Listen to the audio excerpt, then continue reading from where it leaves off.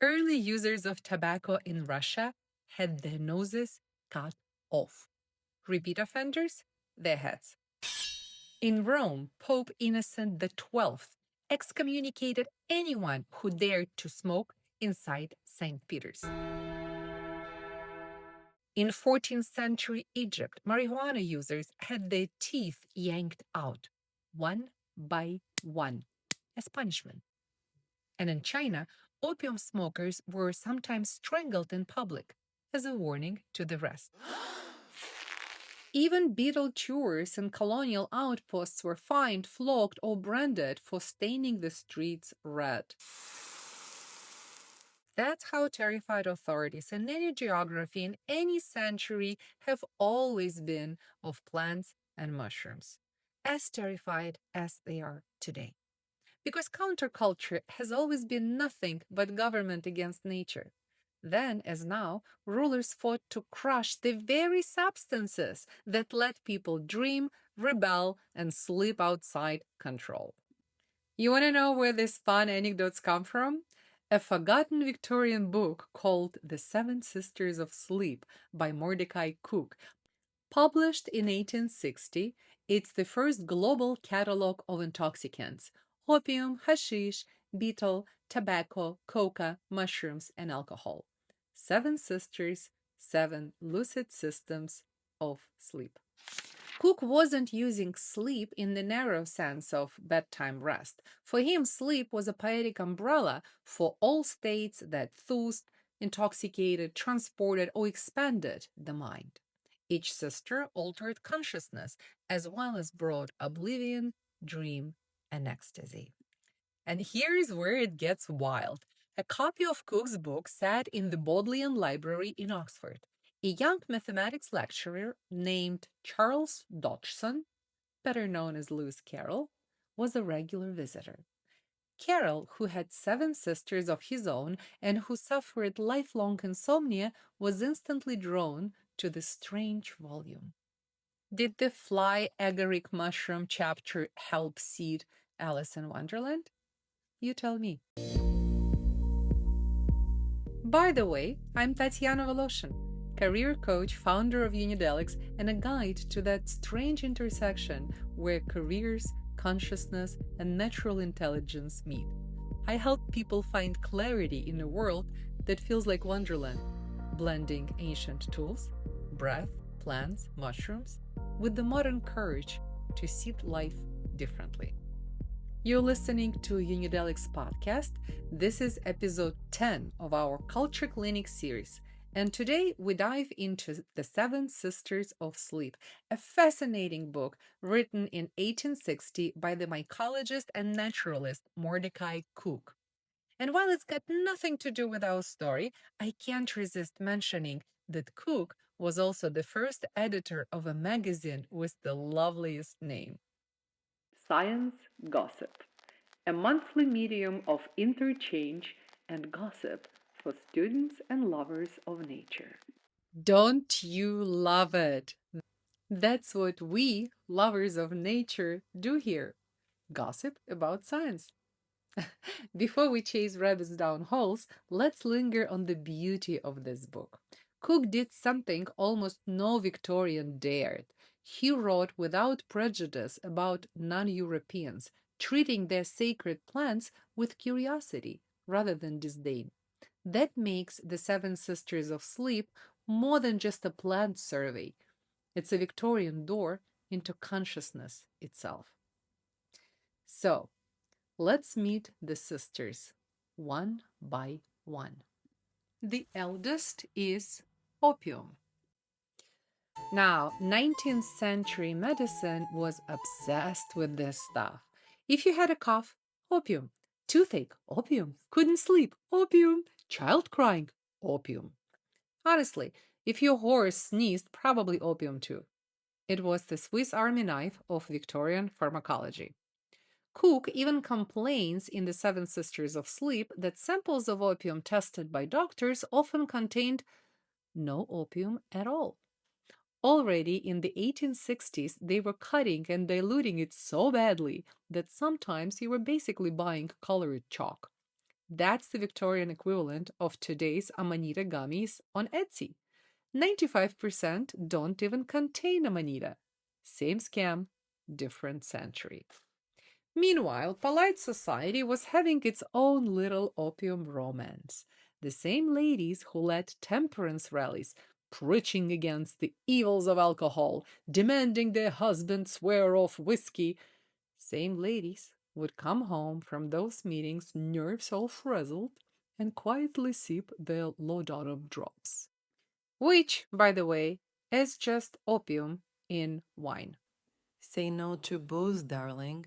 But excuse me while I make her dose more than. And this wasn't just drawing room gossip. This was geopolitics. Britain literally went to war with China in the 19th century to protect its right to sell opium. Imagine that. Two opium wars fought not to ban a drug, but to force another country to stay addicted. It's the original big pharma play. Now, fast forward to now, and what do we have? The opioid epidemic. Doctors again prescribing it like candy, only this time with a Purdue pharma label. Different logos, same addiction. Cook saw opium as the queen bee among the seven sisters. Today, we'd call it a case study in how medicine, commerce, and politics turn a flower into a global crisis. And that little warning about adulterated opium, I'll say it again, this same problem plagues Amanita now. Most products on the US market claiming to contain fly agaric actually don't. You can't farm Amanita, you can only forage it. So if anyone says otherwise, spit them in the eye. Next comes hashish, the assassin sister. Today, cannabis is a wellness darling. CBD bath bombs, THC gummies, weed as self care, but it still drags the same paranoia it's carried since the 19th century. Authorities lumped it with opium and morphine, painted it as guilty by association, and the stain never fully washed off. Cook tells the Crusader story. Saracen fighters blitzed on hashish, charging into Christian camps like lunatics, no fear of death. That's where we get the word assassin. Cannabis literally rebranded murder. And then there are the Thessians. We know of them from Herodotus. In the 5th century BC, they call him the father of history. Honestly, more like the father of travel gossip. Half the time he's documenting, half the time he's making shit up, but always entertaining. He says the Thessians, wild horse nomads of the steppe of modern Ukraine, would toss hemp seeds into red hot stones, shut themselves inside little tents, and then just scream. Full on, lungs out, shrieking, rolling around in the smoke, naked, ecstatic. He literally writes, they shout for joy. Guys, this is the world's first Burning Man. No DJs, no costumes, just warriors turning a sweat tent into a cannabis volcano. First hotbox rave in human history. Imagine the reviews. 5 stars. Naked, screaming, real. Would totally hotbox again. And back to Cook's time. Cannabis was everywhere in America. Pharmacists sold it, hemp grew in fields, no one panicked until suddenly the script flipped. Mild little hashish became a menace. Reefer madness was born. That's cannabis. Sacred smoke, assassin fuel, Scythian scream therapy, hippie herb, wellness aisle darling. And still, somehow, a contraband. All right, next comes the red-mouthed sister, named betel. It is spelled Betel, not psychedelic, not narcotic, more like the monster energy of the tropics. People across South and Southeast Asia have chewed areca nut wrapped in betel leaf with a dash of lime for centuries. The effect? Mild buzz, little kick, and the side effect, well, your spit turns bright red. So the streets look like a zombie crime scene and everyone smiles straight out of a horror movie. Colonial officers freaked out. They fined people, flogged them, even branded them for speeding. Imagine being branded a criminal because you stained the sidewalk. Meanwhile, the locals are like, what's the problem? This is networking. This is flirting. This is how I say hi. That's the thing. Betel was social glue. You didn't swipe right. You offered a betel nut. You didn't close a deal with a contract. You closed it with a chew. Whole empires running on red speed. The third sister of sleep, betel. Less of a high, more of a lifestyle. The original energy can, just a little messier. Well, some like it red. All right, next comes tobacco, the diva sister. This one went global faster than TikTok. Smoked, chewed, snuffed. It was everywhere. The name nicotine comes from Jean Nicot, a 16th century French diplomat. He brought tobacco seeds from Portugal to France and presented them to Catherine de' Medici as medicine for her headaches. Can you imagine showing up to the queen with a joint like, ma'am, this will fix your migraines? And she bought it. In France, tobacco became known as Eupre Nicot, Nicot's herb. This is how we got nicotine, a cure that turned into a curse. Cook's book is full of delicious little stories. During the plague, it was said that tobacconists never caught it. Well, probably because everyone stayed 6 feet away from the smoke. At Eton, schoolboys were literally bitten if they refused their morning pipe. Headmaster, I swear I'll get addicted tomorrow. Please don't. Then Cook moves us to Havana, and he writes that outside the shops they hung little iron boxes filled with burning coals so anyone passing by could light a cigar, like public Wi Fi, but for smoke. Victorian language was priceless. He calls a person who hates tobacco a misocapnic. That's right, not a non smoker, not an anti smoker, a misocapnic. Honestly, it sounds like a Marvel villain. Dr. Misocapnic, sworn enemy of cigars. And his best line? An American is no more furnished without his pipe or cigar than a house is furnished without a looking glass. Translation: no cigar, no personality. But here's what Cook didn't see. The real story started long before Nicole, long before Havana, long before Eton. Tobacco was not invented for addiction.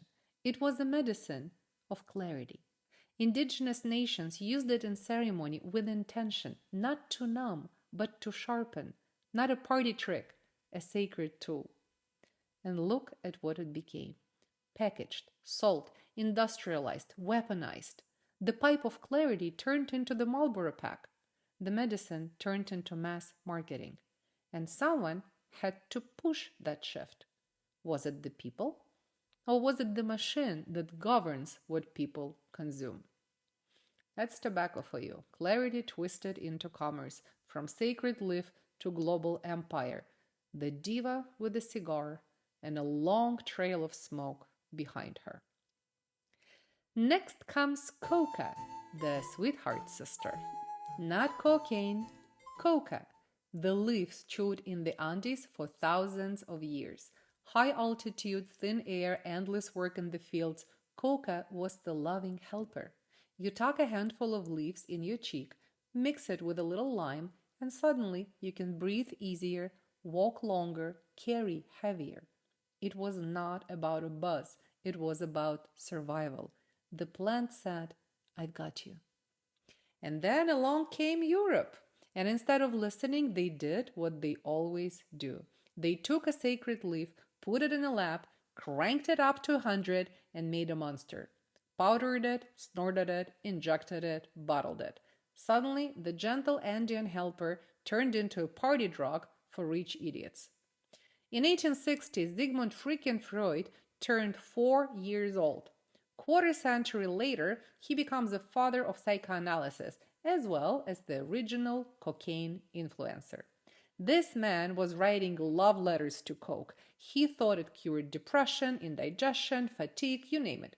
He literally prescribed it to his friends, his patients, even his fiancée. The guy who built modern psychology was out here pushing rails like a hype man at Studio 54. And he was not alone. Doctors, writers, politicians, everybody in Europe was enamored.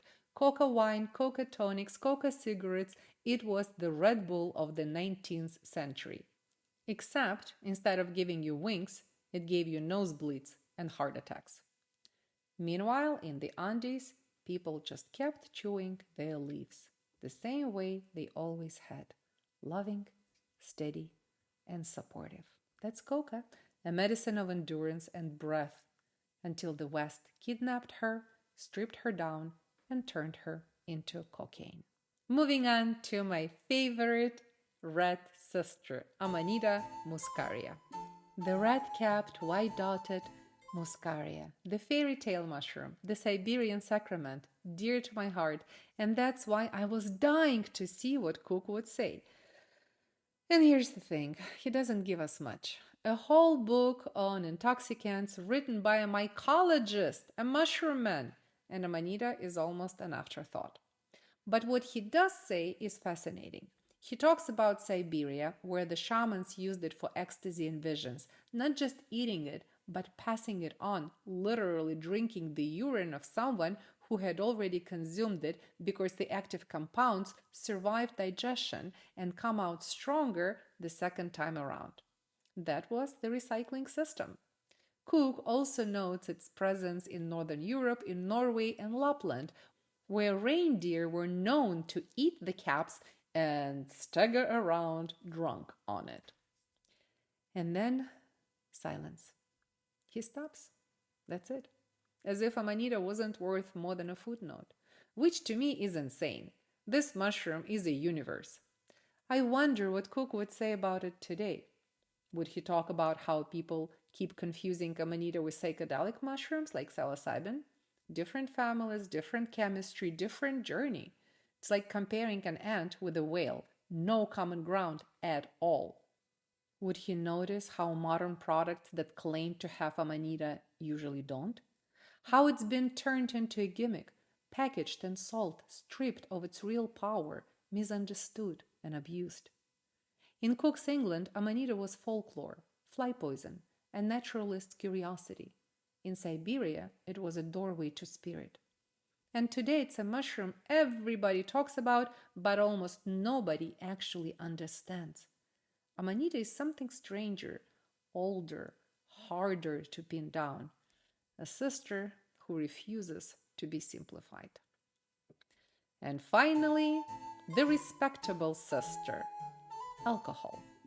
Fermented drinks from Andean chicha to European wine to Victorian gin. Cook throws her in almost casually, like, oh yeah, the drunk sister too.